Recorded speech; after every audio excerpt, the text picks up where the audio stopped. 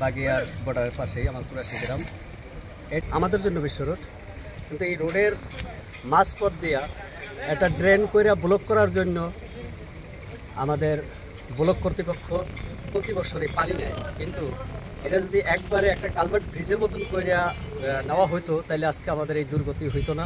আজকে 3 দিন যাবৎ এই রোড দিয়ে গাড়ি চলাচল করতে খুবই কষ্টকর হচ্ছে, যার ফলে আজকে এই প্রতিক্রিয়া নেওয়া হচ্ছে যে অতি দ্রুতই যাতে রোডটা ক্লিয়ার করা হয়।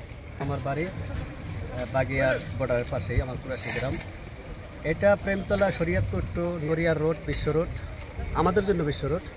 কিন্তু এই রোডের মাঝপথ দিয়া একটা ড্রেন কইরা ব্লক করার জন্য আমাদের ব্লক কর্তৃপক্ষ প্রতি বছরই পানি নেয়। কিন্তু এটা যদি একবারে একটা কালভার্ট ব্রিজের মতন কইরা নেওয়া হইতো তাহলে আজকে আমাদের এই দুর্গতি হইতো না। আজকে 3 দিন যাবৎ এই রোড দিয়ে গাড়ি চলাচল করতে খুবই কষ্টকর হচ্ছে, যার ফলে আজকে এই প্রতিক্রিয়া নেওয়া হচ্ছে যে অতি দ্রুতই যাতে রোডটা ক্লিয়ার করা হয়।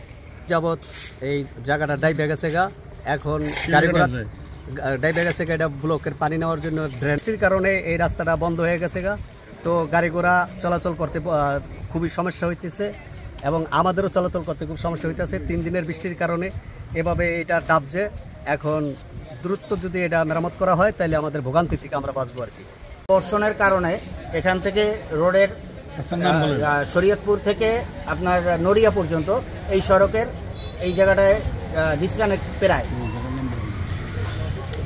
আসাদুজ্জামান, উপসহকারী প্রকৌশলী, সড়ক বিভাগ, শরীয়তপুর। গত 3 দিনের ভারী বর্ষণের কারণে এই শরীয়তপুর থেকে নড়িয়া যে সড়কটা আমাদের, এই সড়কের প্রেমতলা নামক স্থানে এখানে সড়কটা ক্ষতিগ্রস্ত হয়েছে। এই জন্য যান চলাচলের বিঘ্ন সৃষ্টি হচ্ছে। এখন আমরা যত দ্রুত সম্ভব এই কাজটা সম্পন্ন করে দেব।